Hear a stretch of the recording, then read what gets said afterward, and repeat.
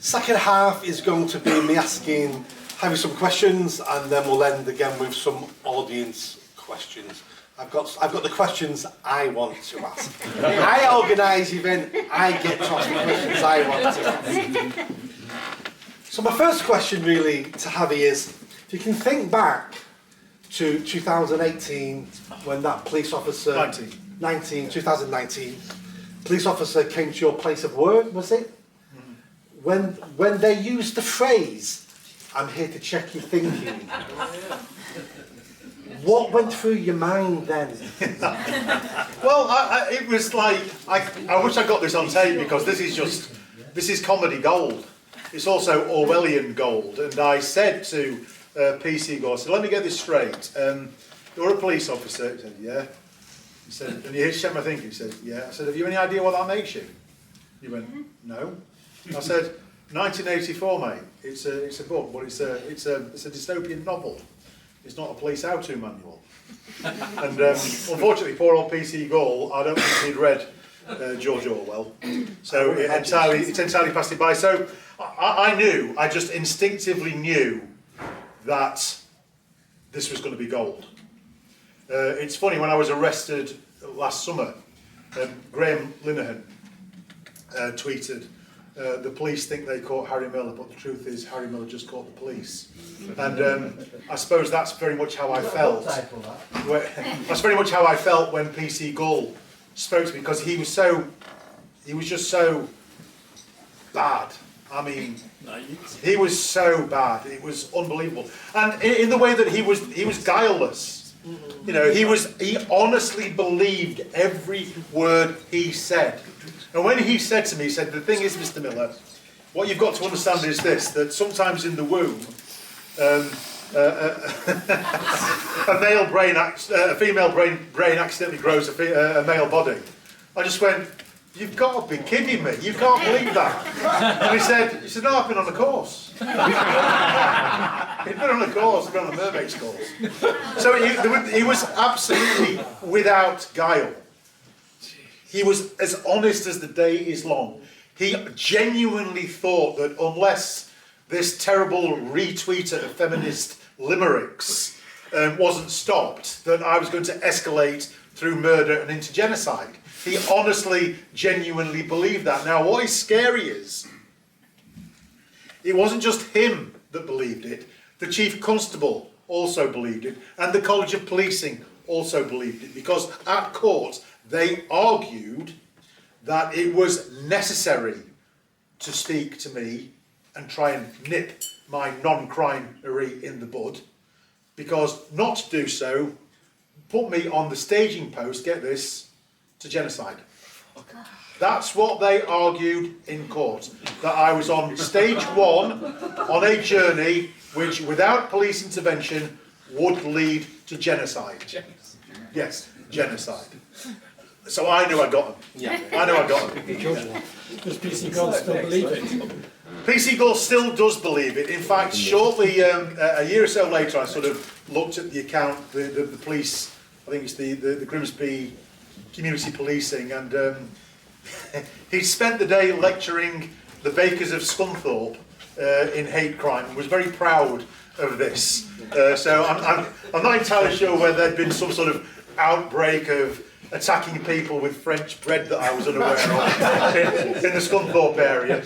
But no, he's gone. You know, he's continued to do his mission.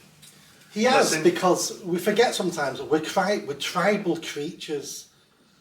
We want to belong. We want to follow the tribal leader. That's where religions came from. You know, when we look at some of the crazy things you find in religions that people actually believe, this is just a modern version of that. We want to believe, we want to follow who we think is better than us, our Chief Constable, our Prime Minister, our God. It's the same inherent traits that we have. That's what he's following there. Yeah. Now, so many decades ago, I'm old enough to remember a time where there was a common phrase, and the phrase was, the British Bobby's the best in the world.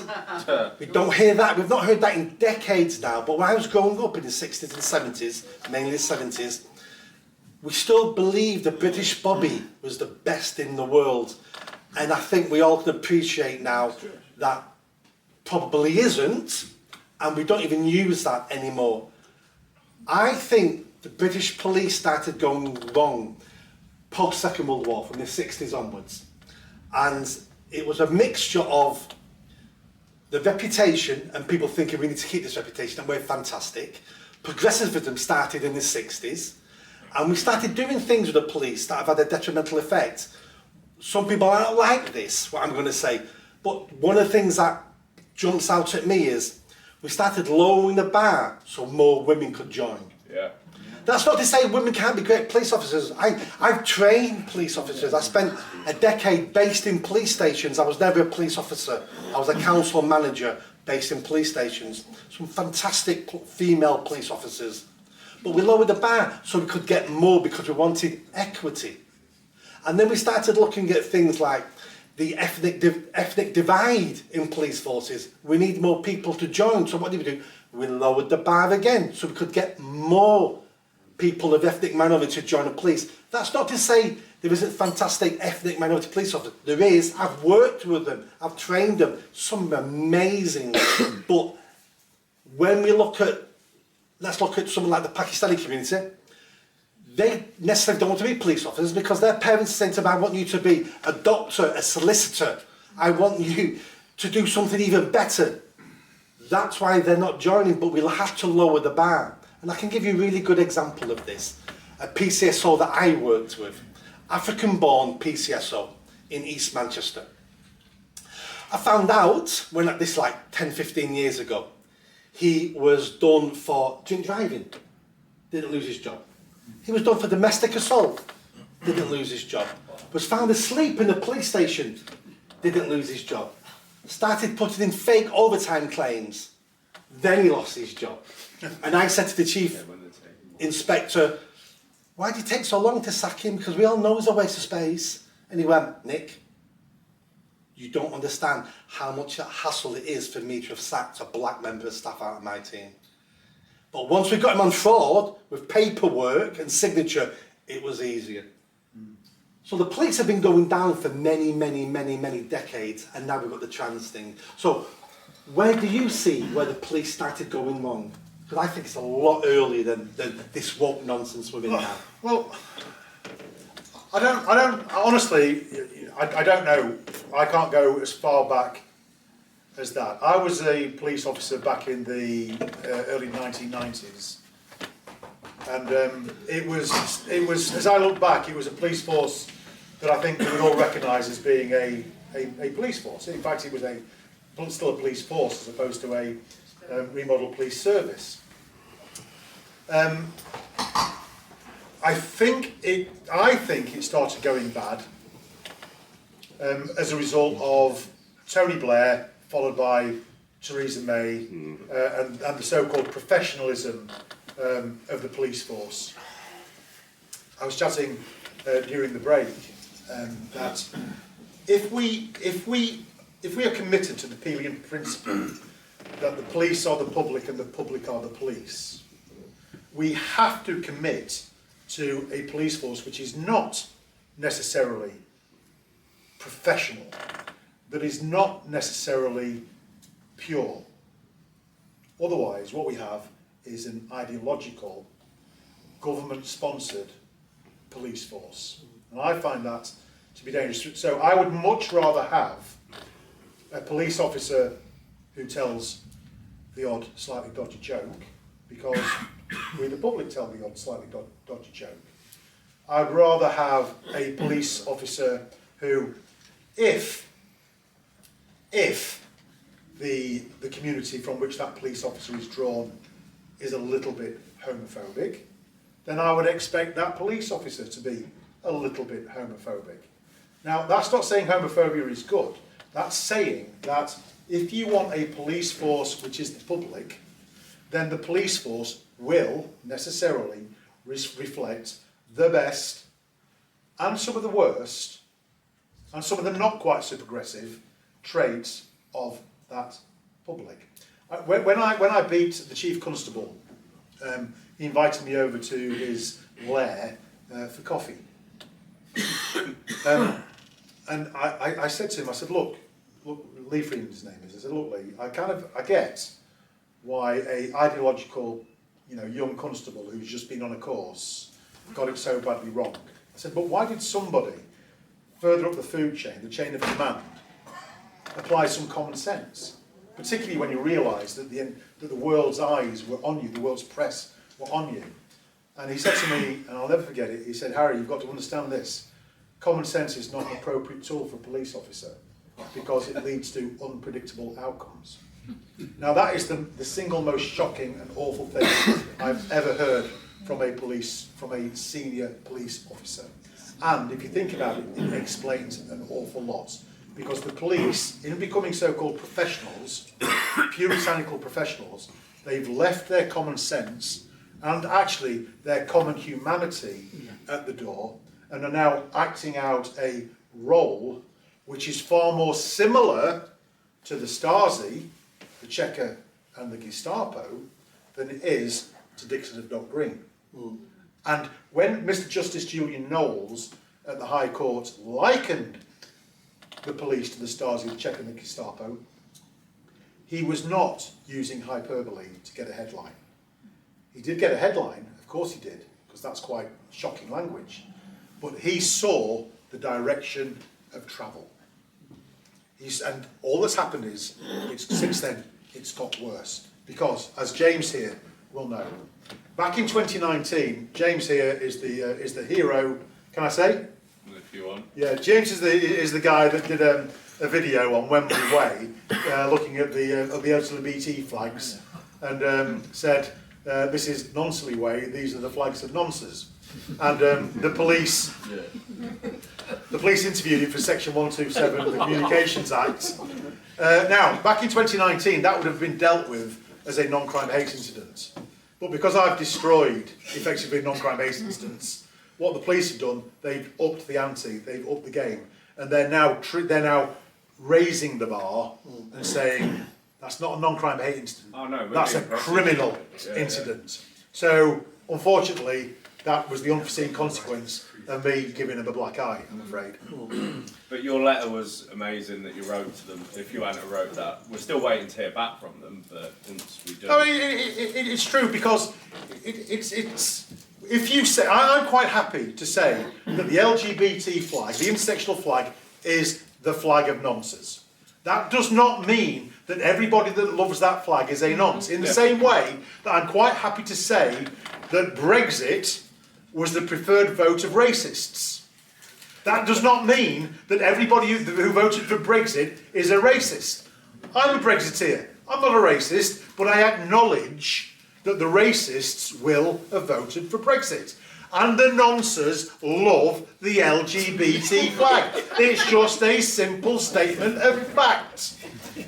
Simple, there you go. Can I ask you a question? In a minute.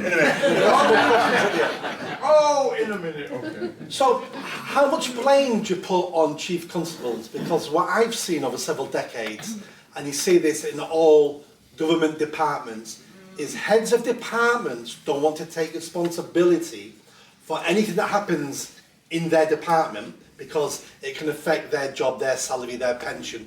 So therefore they want more guidance because they have an excuse to say we did these things because of the guidance, and they would rather accept incompetence and incompetent service than them roll their sleeves up and get their hands dirty to provide the service they know they should be providing. Personally, I would sack every single chief constable in the country, other than possibly the Greater Manchester one. Because he's doing okay. Because he's come in. One of the first things that he was asked was this. He came in during the Black Lives Matter protest, and he was asked, "Would you take a knee?" And he said, his name is Watson, isn't it? Yeah, Steve Watson. Yeah, he said, "I would take a knee to God and Mrs. Watson, to God, the Queen, and Mrs. Watson. But that's it. I ain't taking the knee to anybody else." That is the right answer. He was asked about whether or not they should be flying the LGBT colours, and he said, When I see Buckingham Palace and the soldiers at Buckingham Palace marching with those colours, then I'll consider it. But up until then, no. That is the right answer. So, Mr. Wilson is Watson is an absolute hero, I think. And we need more Chief Constable Watsons. The rest of them, I would sack, absolutely sack. Now, what's interesting is the Chief Constable of where was that I got arrested? Hampshire. Yeah. The Chief Constable of Hampshire, following our evisceration of that force, she was due to retire, but she had lined up a very cosy and cushy job at the College of Policing, which was then rescinded. So I count that as a sacking in my book. But no, police and crimes commissioners need to find their balls, and they need to march into Chief Constable's office and say, you get rid of all this political shit, or I'm sacking you. I'm going to replace you. They have the power to do that, and they need to do that. So what are the other solutions we need to do? So I've heard you talk before about a Royal Commission. I've heard you talk about getting rid of the College of Policing. What are the solutions, and why are they the solutions? Good God, that's a question, isn't it, Nick? Right, yeah. Get rid of the College of Policing, for one. That is it. Gone. Get all the police and crimes commissioners together and say, sack your chief constables if they elevate guidance above law. I would then take every single recruit that there's ever been, every officer that there is, and teach them the difference between the law and guidance. That is fundamental. You have to know the law. You are there to police the law, not the law as some lobby group hopes it might be one day, not a mashup of the law, the law. When I was a police officer, we used to go absolutely crazy for a thing called points to prove. You have a little book called Points to Prove. So if you arrested anybody and you would take them to interview, first and foremost, before you made an arrest, you say, is this absolutely necessary to make this arrest? Because what I'm going to have to do is I'm going to have to present this arrested person to my custody sergeant. And custody sergeants back in the day were terrifying, terrifying creatures. Absolutely. Because if you've made a wrongful arrest, you would get your arse spanked there and then. And that person who's been arrested will be let out the gate just like that. Okay? You've got to know the grounds for arrest. You've got to know what the offence is that you suspect this person has committed. You've got to have sufficient evidence to be able to convince a custody sergeant to validate that arrest and hold them in the cells. And you've got to be thinking forward to, how am I going to prove this to the Crown Prosecution Service and to a magistrate or to a judge? You've got to be thinking these things through. It cannot be enough that somebody was offended. It cannot be enough that you think there might be a law somewhere that covers this, but you're not quite sure. We need to get back to a police force that understands the law, and I would have a bonfire of guidance. A couple of years ago, when I was running for mayor, we had a conversation about a Royal Commission. Yeah. And you convinced me over the phone on that. And that's Was that me? That was you. Was it? And I would have, if I'd have become Mayor of Greater Manchester, which I didn't, I would have held a Royal Commission into Greater Manchester Police. But I feel our police service now is not... I'm a big supporter of the police. You'd be a fool not to support the police, because if we didn't have the police, we would turn into Mogadishu overnight. So we need the police. What we need is a police that serves us, that delivers what we want them to deliver. I disagree. Go on. I disagree. I don't think the police serve us at all. I think the police, there is one person, one organisation that the police serve, and that is the sovereign. That is the sovereign. Every police officer, when they become a police officer, they make an oath, and that oath is to the sovereign. Not you, not me, the sovereign. Because if you think about it, the sovereign is the guarantor of our freedoms. The guarantor of our freedoms. Everything, all our freedom is based upon us having a sovereign. We are subjects. And that means we are subject only to the limitations placed on us by the sovereign. We're not citizens. We don't have a contract with the states where the state decides what we can and can't do. All of our freedoms are there and secured by the sovereign. So when the police, who do the police serve? The police serve the sovereign. And in serving the sovereign, they should help guarantee our freedoms. Because if you think about it, the police, when they take the oath of attestation, they say this. They say, they make an oath to the king. They say that to the best of their ability, they will uphold the law and human rights. Okay, now, which human rights? So there's a bad spin and a positive spin on this. The bad spin is they go, human rights, oh, Amnesty International say that trans women are women. The European Union say that trans women are women. Therefore, upholding human rights means we're going to do that. No, that's not what it should mean. That's not what it should mean. What it should mean is that we are going to uphold those human rights which have been adopted into British law. So Article 8, 9, 10, 11 rights. The police should absolutely be upholding that, and that includes freedom of association and freedom of speech. There is a positive obligation to the Queen, sorry, to the King, to the King, for the police to uphold and maintain our free speech. So when they don't, when they become the thought police and the speech police, what they are doing is they are committing treason. Fantastic. Let's go out for some questions. We'll start here and we'll go backwards. So, John? A couple of things though, one you just said, that yes, the king holds sovereign, but eventually it's the people that hold that, because he's there with the people's permission. Cromwell proved that because he cut one of them's head off.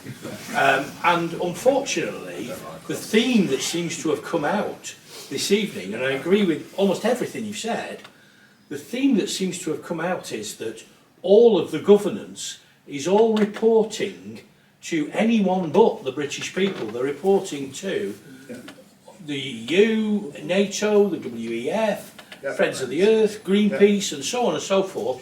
And we've got a king that is answerable to both the WEF and to the Green Movement, and he's putting their agenda over and above the agenda of the British people. And you know, that means that we are not living in anything like a democratic society. And regardless of whether your politics are left or right or libertarian or authoritarian, the reality is that we no longer have any control over this, and that's what we need to rest back from. Well, I think we need to hold the king's feet to the fire on this. Yeah. We'll do like Cromwell. Because what's interesting about Cromwell is, you know, Cromwell fought and won, decapitated a king, and then within a generation we've got another king back again, because there's something about the British psyche that wants a sovereign. That's just the way it is. So it's the office of sovereign that's important. The individual king or queen, they can be a complete twat. Okay, and sometimes they are, aren't they? Sometimes we have great ones, crap ones, whatever. But it's the office of sovereign that guarantees our freedom. So if we've Well, the got king's mother wasn't a member of the WEF. no, exactly. So the second our sovereign gets involved in any form of politics at all, other than what they're supposed to do, which is go to the government and say, yes, I signed this off because you blah blah blah blah. Now, the second they start promoting political change, and the Queen was very good at not doing that. Very, very good. Charles, not so good. Okay, then they compromise their position, and so it's quite easy to see how the police will then follow suit, but they can't. The police need to be. I asked this question. Particularly about the Queen. What did the Queen think about LGBT issues? We've no idea. No idea. What did she think about Black Lives Matter? We've no idea. What did she think about any of it? We've no idea. And that's the way it needs to be. And the police need to be the same. We need to look at a chief constable and an officer and go, we have no idea what they think. That's the right way to be. Now, I was chatting to a friend of mine who was a former Deputy Chief Constable of Merseyside. And he was always responsible for policing during the Orange Day parades. Okay? Very sectarian, the Orange Day parades, Protestant, etc. And he would tell his officers, do not even accidentally march in step with the drum in case it signals support. That's quite hard. Don't even march in step with the drum. We've gone from that to actually providing the bloody band. That's what we've gone to now. We've got the police actually providing the band at these things. And that's why I say we have a politicised, highly politicised police force, and with that needs bringing down. Yeah. Next question, John. Yes, I agree with virtually everything you've said. But Except. I like what Nick said, but on something else. And I think it's important we hone our arguments, isn't it? And I'm just not so sure about the idea that we want our police to be impure and we don't want them to be professional. I actually think we do want them to be professional, but probably a different definition than is used at the moment, which is that they follow sort of the sort of Stonewall, etc. The professionalism is what you've described, is that they know the law, Without fear or favour. and that no favour or whatever the Without bit is, fear or favour. and we want that, and in society we don't tolerate rapists. I mean, No. yeah. Okay, so what I meant by that was Yeah. is that there's always the standard that if you cannot be a police officer if you have any form of criminal record, you can't, Yeah, and that's fine. yeah. But there's a difference between that and did you ever tell a blue joke? Yeah, Did you yeah. ever tell an Irish joke? Yeah, yeah. Because if you did, you can't be a police officer. Yeah, Well, no, I totally get that. no, it's yeah. just honing our arguments, isn't it? Yeah. So I think, And the form of this is a really good point actually. Yeah. The form of professionalism that they're talking about is they have an ambition to be professional, like solicitors are professionals. Ah, And, right, many, yeah. and it says so. No, a in the joiner college- can be professional. Yeah. No, and my argument is no. Why can a plumber, Yeah, a docker, yeah. a fish and chip shop worker, Yeah. why can they not be? If they've got the skill to be a police officer, why can they not be a police officer? Yeah, they can be professional as well in their own. Yeah. So what we're doing is we're agreeing. Yeah, We're separated by a common word, professionalism. Yeah, I agree. Yeah, I agree. yeah. Questions? I think part of the problem is the extent to which politicians of all parties preside over this mess and they've taken themselves back from governing and making regulations, etc. And at the same time they've become more uniformly, ideologically similar. And so there's an element to that in it, outsourcing everything to Quongos, and the extent as well you said with Stonewall, but also the extent to which critical race theory is now also infiltrating, Yeah. as well as Stonewall. So I'm sure you said it in some of your interviews, Alan, there's CRT terminology and ideology getting inserted into legal text and legal guidance. Oh, it gets worse than that. Yeah, if you read the judicial bench book, which is the guidance for the judiciary, it is a wash with critical race theory. It is a wash with gender ideology. Absolutely a wash. So my argument here is, if you are a gender critical feminist going up in front of a judge for something, not only have you got to convince the judge, you've got to convince the judge to betray the guidance that tells him that a woman is anybody that says they're a woman, for instance. Yeah. That says that a racist is anybody who is not actively anti-racist by, for instance, joining Black Lives Matter. That's what the guidance says. The judicial bench book is thick with critical theory. Critical race theory, critical gender theory, critical theory. It's a wash with it. So we have a real How can problem. politicians let that happen though? This is what the problem. When you have a so-called separation of powers, and in this country we have a separation of powers. The police are separate from the government, are separate from the judiciary. It's in order to put clear lines so that one can't influence the other. But by the same token, one can't influence the other. So we have a problem, and we have a situation where each of these, the government, the police, and the judiciary, are all drawing from one source. or a very small section of sources, typified by Stonewall, criticise Black Lives Matter, the WEF, etc. So you're finding the same things in the police, the judiciary and government, because they're all feeding, they're all drinking from the same well. But which That's the one problem. is responsible for getting it out? Unfortunately, that's down to you and me. Right. Yeah, by challenging them. I think this is now we're at the point where we're people power. Yeah. Priti Patel, when I was doing my thing, Priti Patel couldn't wait to come out and say how fantastic I was, and how this was a great thing to be doing, and how she agreed entirely. My attitude was, thanks Priti, but why did you not do your job? Yeah. And why did you not get hold of the College of Policing and fire them all? Exactly. Why did you not close it down? Because you as a Home Secretary, you own the College of Policing. You are its single shareholder. So why did you not steam in there and go, what you are doing is entirely wrong, I'm shutting the place down? And what's your assessment of why she didn't? Pardon? What's your assessment of why Priti didn't? Because it was far easier for Priti and the current Home Secretary to let me do it. Posy Parker, a good friend of mine, Posy Parker. In Scotland. Yeah, she was chatting to her local MP one time, and her local MP was agreeing with absolutely everything that she said. And she said, "Why aren't you saying this in Parliament?" And he said, "Because we've got you, Posy." And the Home Secretary said the same thing. We've got Harry Miller. And We don't need to take the risk. We'll let Harry take it. This is the issue when we have career politicians. We don't have statespeople anymore. We have career politicians. And all they care about is the 4-year, 5-year political cycle. What can I do today that gets me re-elected in 3-4 years' time? Because that's all I care about. That's why we have the energy crisis today. Because career politicians 20 years ago weren't planning for now because they reap no benefits. That's part of all our But problems. they haven't got any calibre now. The MPs are lacking in calibre because they're all box tickers. Career politicians, Yeah. because that's how they get Box ticker. rewarded. They don't Yeah. have any principles. Yeah. Trevor?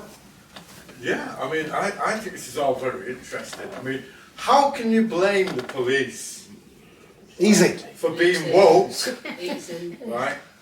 For being in favour of transgender, right? In favour of Black Lives Matter, right? In favour of all of this stuff, right? If the government, both parties of the main parties, both of them, right, are in favour of all this stuff, one cannot be surprised that the police are, that's all bleeding into the police. It's not surprising. It's just like, you know, the Stasi, right, that you mentioned, the Gestapo, right, and whoever else was subject to their Nazi government, communist government. What do you expect them to be like? Yeah. So the police are just what you expect them to be. Right? Yeah, so And they're all drinking from the same well. The problem, right, is higher up than that. And if you're going to solve it, you've got to solve it higher up than that in terms of what's going on in the world. Black Lives, you see, Black Lives, what the hell is Black Lives Matter? Where does that come from? It comes from America. Yeah. Does it not? Yeah. Is George Floyd an Englishman? No. No, it was a Druid. So how the hell has it got to do with us? How did it bleed over here from America, and along with the rest of the ideology, right? Transgender, all of that bled over here from America, right? And that's what's going on across the Western world, if you ask me. No, so they're all drinking from the So same we've bowl. got so I, you know, my observation, if you like, right, is that it's a much higher level, right, and that's got to be approached at a higher level, right. We can't say, you know, the police should do this and the police should do that. If Priti Patel starts doing things good, she'll get kicked out, right, by the government. Civil So- service won't let Right. us do that. Exactly. The civil service are inundated with all this stuff as well. The judiciary are, right? Yes. Blame. I agree. So I agree. I agree. Now, that's the level what we're talking about. I agree, and I would love to have solved the Second World War by a punch-up between Churchill and Hitler, because that's what should have happened. But unfortunately, we couldn't. We had to fight on the beach. We had to fight in Tobruk. We had to fight all over Europe, didn't we? And so, unfortunately, whilst I agree with you that it would be lovely to go and battle at the top. I'm unfortunately just going to have to battle where I find the battle, and that is at this much lower level ground fight. So. I agree. Before I take the next question, my point on that is, when you go higher up and higher up and higher up, do you know who's at the top? Klaus Schwab. We are. Our vote at the ballot box is the most powerful thing. And in a democracy, when things aren't going wrong, we need to step back and we need to look at ourselves. We need to look at our communities, because we're the one voting in these people. So let's make sure that we're doing what we need to do. So another question, let's get Bob. Yes, so as the probably lone American in the audience, I take responsibility for a lot of bad stuff in America, okay? But I'm not. I also get credit for the good stuff once in a while. Burn the Yank! Yeah. Burn the Yank! You get in line, believe me, get in line. That sounds like a hate crime. But what I would say, and we have this discussion, is yes, a lot of this garbage comes from the States. It does, and it's a shame. However, the solutions also come from the States. And what y'all see now is the American people, not the government, the American people rising up and saying, no, we don't like that. Yeah. It's the moms and dads running for the American school boards who are saying, nope, none of this trans stuff. That's where the solution is going to come from, in addition to the problem.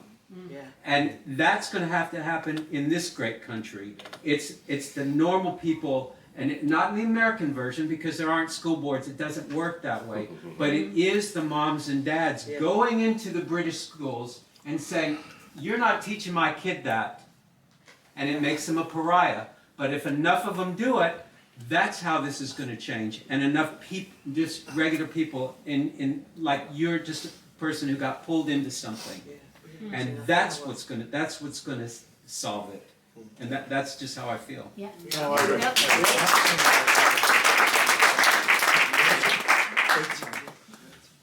Well, first of all, I want to thank you both for the work you're doing, because it's excellent work, and I've enjoyed this discussion tonight.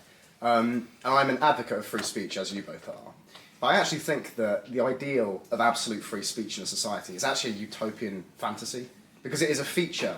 It is an eternal feature of all human societies that we hold things sacred, we hold things sacrosanct, and the idea of blasphemy exists for a reason. Now, blasphemy, there are blasphemy laws, but blasphemy is a societal thing. It's a kind of an organic sort of bottom up thing that emerges. Cultural thing, yeah. And I actually think that it does have a place. Like, this ideal of absolute free speech, I don't think is actually that desirable, because I think to have a cohesive and integrated society and culture, you actually do need things that are unacceptable to say in polite society. And so what I want to ask you both, and I'd be interested to hear what you both have to say to this, is, what do you make of that? Do you think that the ideal of absolute free speech is actually desirable? Or do you think that a certain amount of... decorum? Yeah, decorum, but also it's, society and culture as an agent of censorship, if you want. Is that something that's desirable? Because I think that it is, if we are looking for a comfortable and cohesive society. Nick, you go first. Yeah, I'll go first. Good point. The way I look at it is, as Javi said before, we're born free in this country. English men, English women, British men, British women. We're born with all the rights we ever need. Then, as a society, we have internal discussions through Parliament, as in, we have all these rights to do whatever we want, free speech, complete. Let's negotiate what we then need to restrict slightly for the greater good. Yeah. And that's why it has to be done through Parliament, because the next generation who come along should have the same discussion and then should be able to change those laws that are restricting us slightly. But it always should be, we were born with all those rights to begin with. But as communities, we then need to negotiate with each other about those slight tweaks and slight restrictions we put on our birthrights. That's how I am. So it's more like what we accept. Yes. Yeah. See, I But it's don't also like different. the comfortable bit. What about the Batley school teacher? Exactly. There isn't anything about comfortable about what's happening in our country now. In Bradford, they stopped the film. Yeah. Yeah. Because, I mean, none of us would have wanted to go and see it, but I wanted to None go of that and went see it. through Parliament. That was individual groups who intimidated other organisations or intimidated their community to impose their power. That's authoritarianism. The Yeah. Batley school That teacher is still in hiding. Yeah. Absolutely disgraceful. And actually, had that been, can you imagine, had that teacher been a We can't get comfortable. no, had that teacher been a Muslim who'd been threatened by Christians. for Britain or the EDL or something, I guarantee you that that teacher would, from that day to this, have been given an armed escort into that school every single day, not spirited away He was thrown into under hiding. the bus by his MP. Yeah, absolutely thrown. Which is then made an I agree. So for me, to answer the question is, I think the only limitation on free speech should be when you speaking and the words you speak are likely to cause direct and genuine harm to another. That's the only time. And by that, I don't mean your feelings are hurt. No. Don't mean that at all. Screw your feelings. What I mean is that, it's gone into bullying, harassment, obscene communication, shouting fire in a cinema building. For me, they're the only limits to free speech. When it comes to ideas, I think you should be absolutely free to discuss the age of consent. If you want to argue for 1-year-olds to have sex, you argue it. You're an idiot, and I'm never going to speak to you again. But I think you've got the right to argue it. If you're anti-abortion or pro-abortion, absolutely, you've got the right to. Whatever idea you have, you should have absolutely the right to articulate it without interference from the state. Totally. And if you're an idiot, we'll all see that you're an idiot, and you'll very quickly be marginalised and you'll have nobody to talk to. The police stood by and let that poor bloke in Batley get bullied by all them Muslims, and they didn't have kids in that school either. That's because there was treason, because they have a positive obligation to uphold Article 8, 9 and 10, and they didn't. As you know, Lawrence went over there to see all that. Question? Just in terms of freedom of speech, of course, after 3 years of the pandemic and everything, I was quite horrified by how the unvaccinated were treated by sort of the mainstream media. Their sort of voice of dissent was suppressed everywhere. Everyone was sort of, granny killer, anti-vax, whatever. Not me, but I'm just terrified by how society is sort of gone in that direction. We will suppress a point of view, which for many people is a genuine perspective. That will be suppressed, and it continues to be suppressed, as far as I can tell. No, I agree, and I think Lord Sumption makes a very good point about this. The freedom of speech and freedom of thought and freedom to challenge orthodoxy is a fundamental freedom. And what's more, it doesn't matter if what you're saying turns out to be wrong. You have absolutely the right to say these vaccines are killing people, even if it turns out that in actual fact they are the best thing since sliced bread and not the best thing since thalidomide. So is it the right to be wrong? Yes, you've got the right. Absolutely, you've got the right to be wrong. You've got the right to be wrong and to have your voice heard, because that is the only way that we can progress, by having antagonism. If I were a lawyer, I would defend the devil himself. Because I absolutely believe in the principle of getting the truth through antagonistic confrontation. Okay? That is absolutely it. I would defend the devil, Hitler, paedophile, anything in court, because I take the view that everybody has the right to a defence. Now, if the prosecution service doing their job, they'll defeat me. But it won't be because I've not given the best defence. Yep. And it's exactly the same when it comes to vaccinations or these ridiculous 20-minute bloody town cities or whatever it is. You know what? 15 minutes or whatever it is. Yeah. We absolutely have the right to say these things without being categorised as lunatics. And this is another limit to free speech.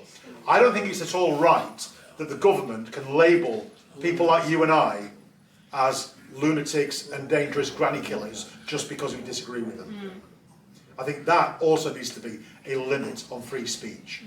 The ability for the police, the government, or the authorities to call us suspects when we're not suspects, to call us anti-vaxxers when the vast majority of us have had vaccinations, we're just questioning this one. I think there should be a limit on the ability of the government and the police to label us with their derogatory labels. Does that answer his question then, as to what we was actually on about? Yeah, I think so, yeah. I'm hoping so. Did it? I'd like to talk to you about my quick point on that is, what we need to realise is freedom of speech, freedom of expression is not human nature. This is something we've created over the last maybe 100 years, maybe a bit longer, that's turned out to be valuable. That's why we're fighting to keep it. This isn't a God-given right. This isn't something we were born with 1,000 years ago that society's developed. This is a new thing. That's why it's easy to destroy if we're not careful. We're fighting to keep something that is a fluke. That's why it's not around the world, it's a fluke. We need to fight to keep this because we all think it's important. A quick last question. Just to put the boot on the other foot, your good friend Lawrence told me that his little boy came home from school very upset because the head teacher in assembly had said that he was really pleased that President Trump had caught COVID. What's your view on that in terms of his freedom of speech, the head teacher? Oh, crikey, that's a... When I said short question, I meant a short question that generated a short answer, not another lecture. Sorry! I'll answer if you want. I think when it comes to kids, I think we need to be very, very careful about indoctrination. That's all I'm going to say. Now, I grew up in Sheffield, and I was I was like the only Tory in the entire of South Yorkshire. But I was blessed with having a teacher, actually a succession of teachers, one in particular, who was a raging communist and made no secret of his communist. And for me, it did me no harm at all having a very, very vocal political teacher. But as a rule, I think that because we're not teaching kids to think critically anymore, we're teaching kids not to question anymore. That when we're in a society where an antagonistic question is classed as hate speech, then I think we've got to. I think that if we're going to have that, then the payoff is that the head teacher's got to be as apolitical as the Queen. Especially with young minds. Was you in secondary school when that happened? Yeah, I was in secondary Yeah, school. but young minds, Lawrence's kids are in like 8, I think 9. it's really dangerous. It's very political now in schools. Can we give Harry a huge round of applause?